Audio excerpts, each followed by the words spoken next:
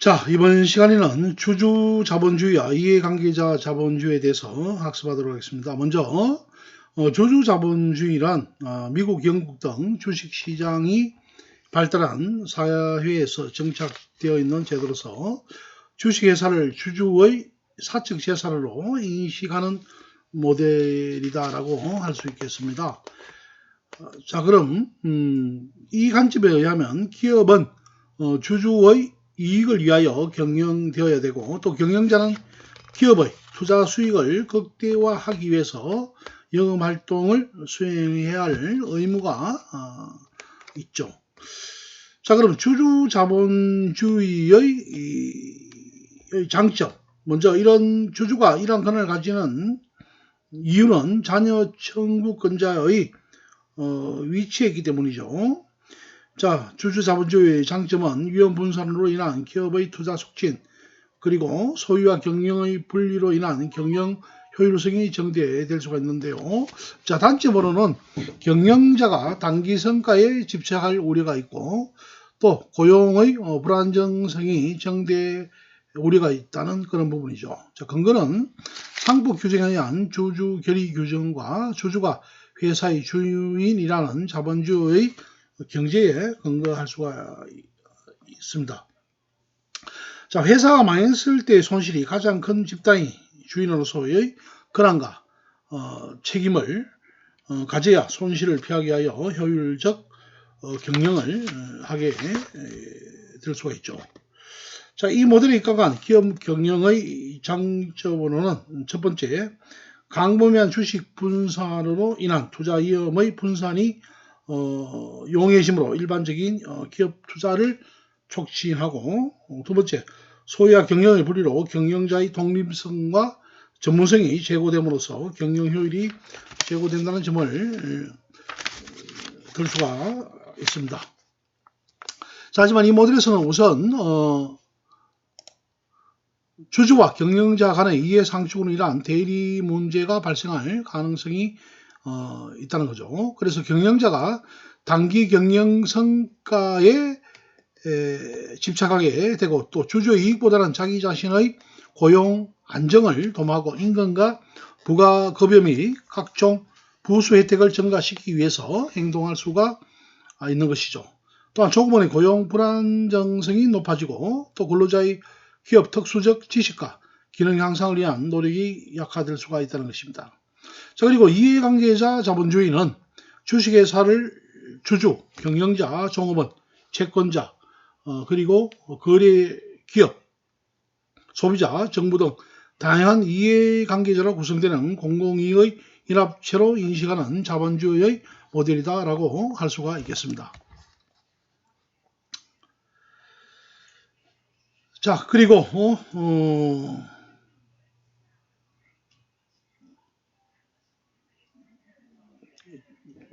자, 이런 부분들은 우리가 독일과 일본 등과 같이 주식시장이 발달하지 않았거나 주식회사가 제대로 뿌리내리지 않는 사회에서 성행이 된다고 할 수 있겠습니다.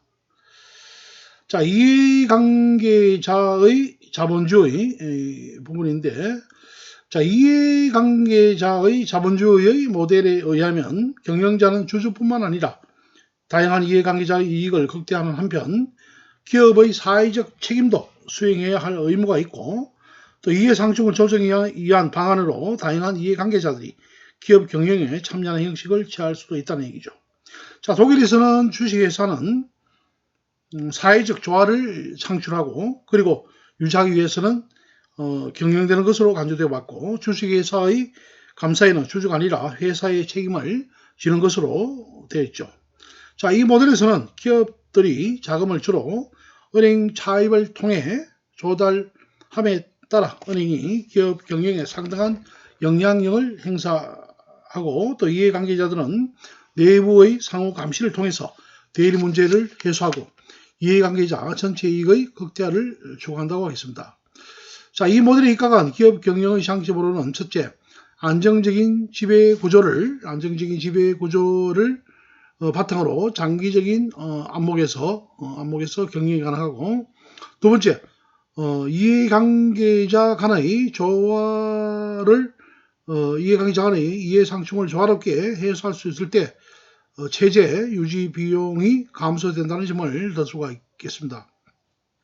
반면에 그 단점으로는 기업이 추구하는 목표가 다원적에서 의사결정이 지연되고 잘못된 경영에 대한 인식이 높고 또 그 책임 소재가 불명확하여 경영 효율이 저하될 우려가 높다는 점이 지적될 수가 있겠습니다. 자, 경영자 감시와 보상인데요. 경영자의 경영 방식 및 경영 성과에 불만이 있을 때 주주는 관계를 단절할 수가 있죠.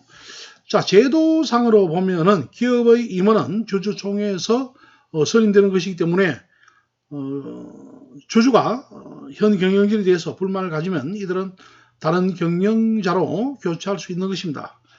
자, 주식이 우리가 다소 소액주주에게 분산되어 있으면 경영진 교체가 어렵다는 거죠.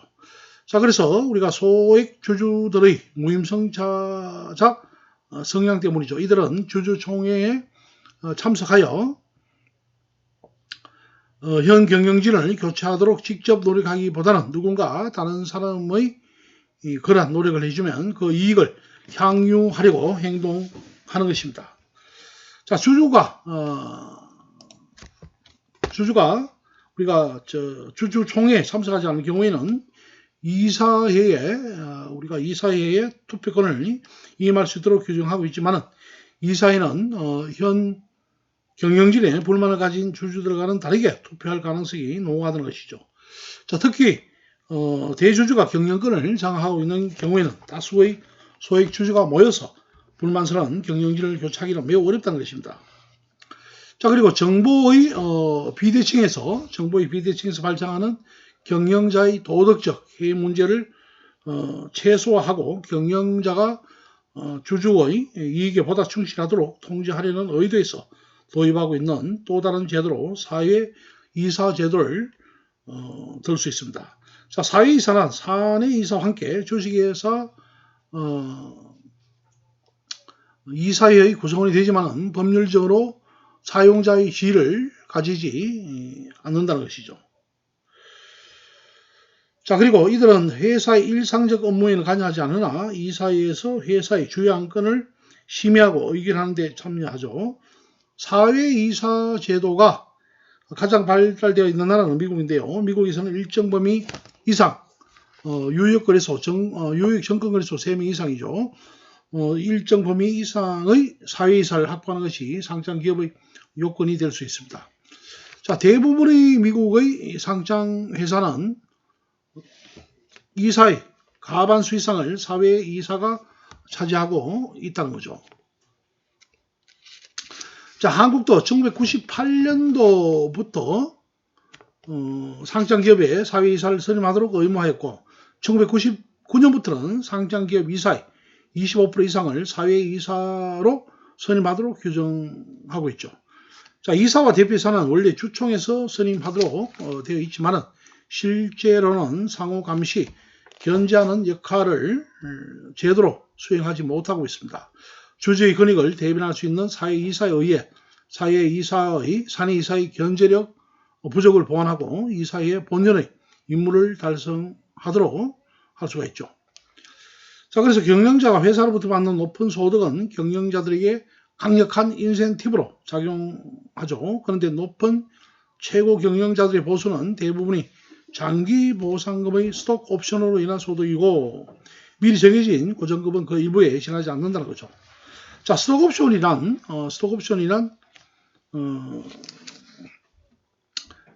일정 가격으로 자기 회사 주식을 살 수 있는 권리인데요. 스톡 옵션을 확보한 다음에는 기업의 실적이 좋아지면 주가가 그동안 상승할 것이므로 큰 시세 차익을 얻을 수 있다는 것입니다.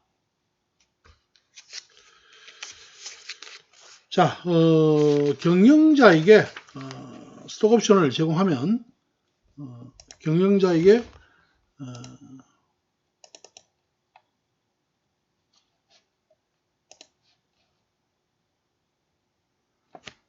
스톡 옵션을 제공하면 경영자는 주가가 높아질수록 급여 외의 추가 소득을 확보할 수가 있죠. 자, 그러면 자기의 개인적 이익을 위해서라도 경영자들은 좋은 신규 사업을 발견하고 또 이를 성공시키기 위하여 전력을 다하게 될 수 있다는 거죠. 자, 그래서 다음에는 우리가 기업 합병과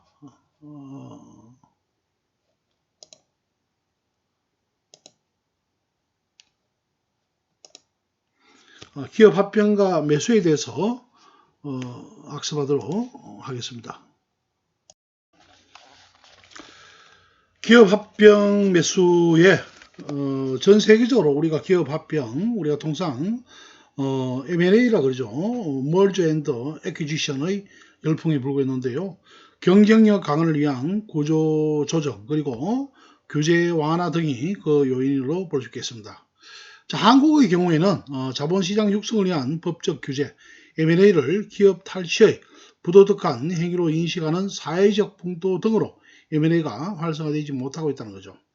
M&A는 시너지 효과로 인한 효율성 증대, 사업 다각화에 따른 위험의 분산, 그리고 새로운 기술 및 경영 지식 습득, 규모의 경제 구축, 판매망과 인력의 확충, 시장 조기 진입 및 마찰 회피, 그리고 절세 효과 등으로 기업이 단기간에 경쟁력을 강화하거나 성장할 수 있게 해주는 효율적인 경영 전략으로 시장 경제 원리에 충실한 구조 조정을 유도하고 그리고 자본시장의 활성화를 가져온다고 할 수 있겠습니다.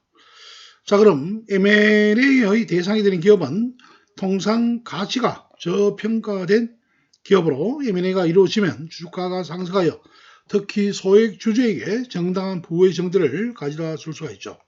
따라서 M&A는 내재 가치에 기초한 합리적인 투자 간액을 정착시키는 효과가 있다고 볼 수 있겠습니다. 하지만 M&A가 마냥 달콤한 것은 아니라는 거죠. M&A는 지분 확보에 따른 대규모 자금 동원으로 과도한 부치를 안게 되고 또 상향 기업 문화와 조직 체계로 인한 마찰 및 노사관계 악화의 종업원의 사기 저하를 초래할 수가 있고 또 그리고 연구개발 투자 및 시설 투자가 위축되고 경영권이 투여될 우려가 있다는 것입니다. 자, 그래서 우리가 먼저 둘 이상의 기업이 하나로 결합하고 매수, 에코지션, 매수는 타 기업의 자산이나 주식을 취득함으로 해서 기업 지배권이 획득이 가능하다는 거죠. 긍정적 효과는 투자 자본의 생산성 그리고 자원 배분의 효율성을 제고할 수 있고 부정적 효과로는 시장 지배력 강화, 경제력이 집중된다는 것입니다. 자, 그래서 M&A 우리가 장점, 단점에 앞서 기업의 우리가 인수 합병은 통상 기업이 성장 전략을 우리가 추구할 때 활용할 수 있는 강력한 도구 중의 하나이죠. 자, 외국의 경우에는 일찍부터 많은 사례가 있어 왔지만 우리나라에서는 인수합병이 본격적으로 시작된 것은 1997년 외환위기부터이죠. 당시에 많은 기업이 부실화되어 인수합병 시장에 나왔는데 당시 정부에서는 인수합병을 용이하게 하기 위하여 몇 가지 법률을 개정하였습니다. 대표적으로 어떤 상장기업의 주식 10% 이상을 매입할 때는 정권관리위원회의 허가를 받도록 하는 대량 주식 소유 제한 규정이 있었는데 이를 폐지하였고 그리고 외국인의 M&A를 우리가 허용하게 됐죠. 2001년도에 들어와서는 M&A의 사모펀드를 설립하여 적대적인 M&A를 허용하기도 하였습니다. 이하에서는 인수합병의 의의 그리고 방법과 그 효과 그리고 몇 가지 사례에 대해서 살펴보겠습니다.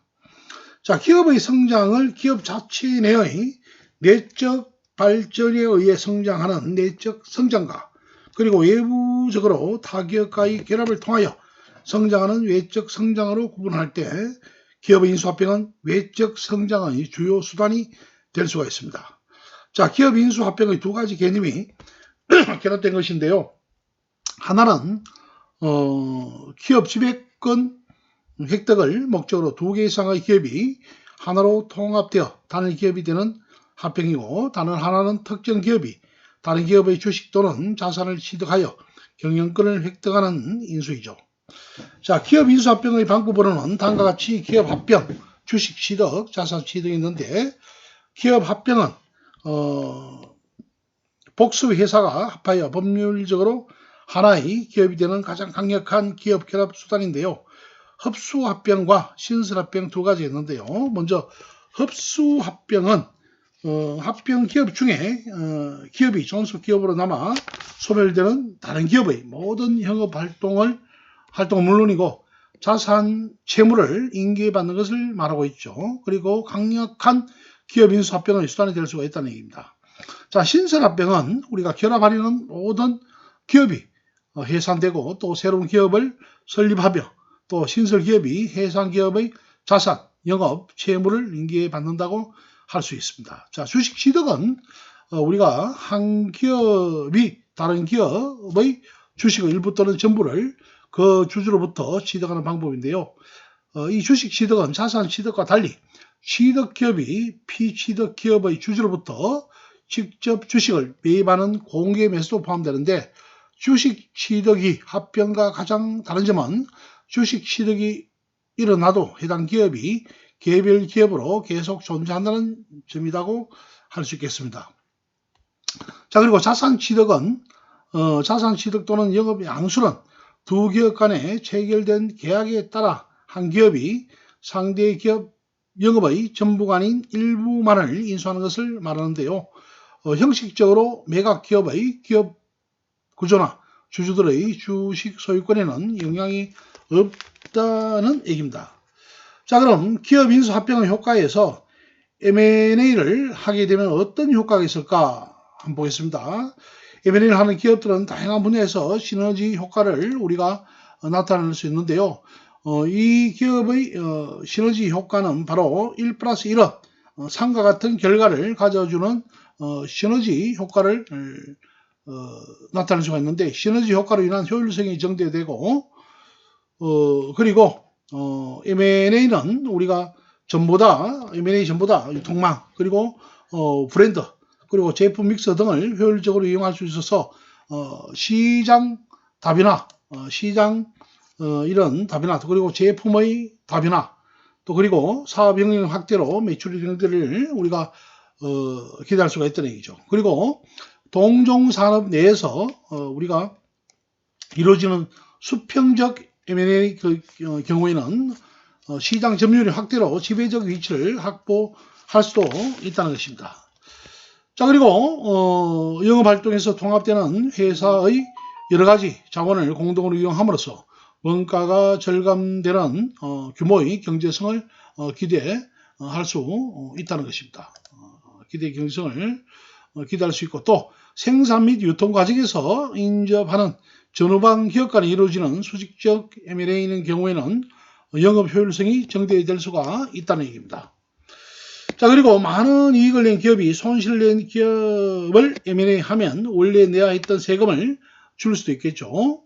자, 그리고 M&A로 재무 건전도나 재무상의 실력 확보되면 부채 차입 능력이 커지고 또 자본의 조달 비용이 감소하고, 또한 M&A가 이루어지면 생산과 그리고 마케팅, 또 인사 등 자원의 공동 이용이 가능해져 투자 자본, 운전 자본 소요액이 절감될 수가 있죠. 또 상이한 성격의 기업끼리 M&A를 하면 영업 종류가 많아져 영업 위험이 분산되고 수익 안정화를 기할 수 있다는 것입니다.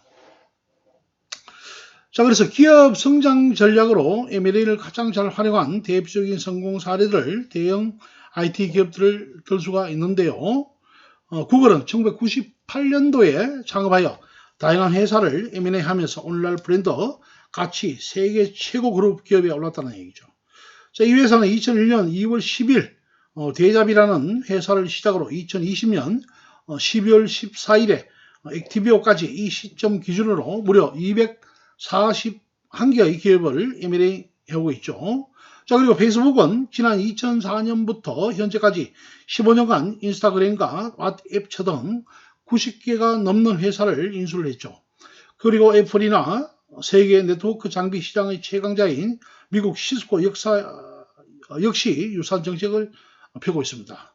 자, 우리나라의 경우에는 이러한 극적인 사례의 하나로 SK를 들 수가 있는데요. 일부 정치적인 논란이 있기는 하지만 SK는 1980년에 유공, 1994년에 한국이동통신을 차례로 인수해서 오늘날의 SK그룹의 양대 축인 에너지와 정보통신의 틀을 완성했다는 것입니다. 그런데 이렇듯 M&A의 긍정적인 효과가 항상 나타나는 것은 아님에 유의할 필요가 있는데요. 오히려 M&A로 인하여 어려움을 겪는 사례도 적지 않다는 거죠. 자, 세계적 컨설팅 회사 AT 커니의 분석에 의하면 M&A를 한 115개 기업을 검토해 보았더니 M&A 후에 58%의 기업에서 기업 가치가 오히려 하락한 것으로 나타났습니다. 그리고 베인 컴퍼니나 하버드 비즈니스 뷰 조사 결과에 의하면 M&A 성공률은 30에서 35% 수준에 그치고 있죠. 자, 구체적인 사례로 독일 자동차 회사 다임러는 1998년도에 400억 달러의 크라이슬을 인수했다가 2007년도에 겨우 60억 달러에 매각했다는 것입니다.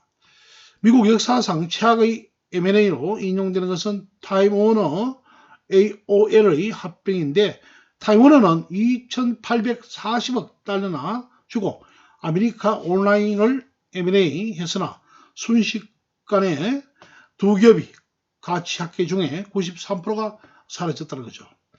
당시에는 신구 미디어의 합병으로 기대감이 높았던 것도 사실입니다. 하지만 최악의 M&A로 결론나면서 경영진 대부분은 퇴진했고 2009년 들어서 결국 AOL은 다시 분사되었죠. 자, 국내에서 가장 대표적인 성자의 저주 사례는 금호아시아나 그룹인데요.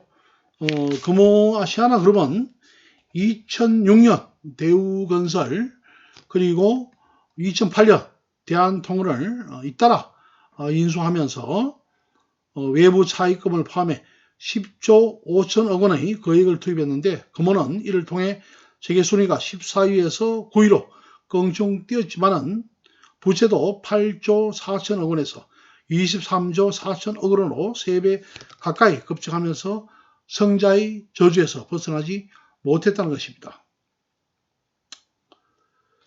자, 결국 대우건설은 2010년도에 산업은행에 매각되었고 대한통운은 CJ가 포스코 컨소시엄과의 치열한 경쟁 끝에 2011년 7월에 인수하였죠. 하지만 이 결정 이후 CJ의 주가가 한때 20% 이상 폭락하는 등 성자의 저주가 재현되는 것이 아닌가 하는 우려가 제기되기도 했습니다. 이후 CJ는 그룹이 이미 보유하고 있던 또 다른 물류회사인 CJ GLS와 대한통운을 합병하고 CJ 대한통운으로 사명을 변경하였죠. 이후 여러 우여곡절을 겪었지만은 2020년 6월 말 기준으로 택배 시장 점유율을 51.4%로 확고한 업계 1위 기업이 되었던 것이죠.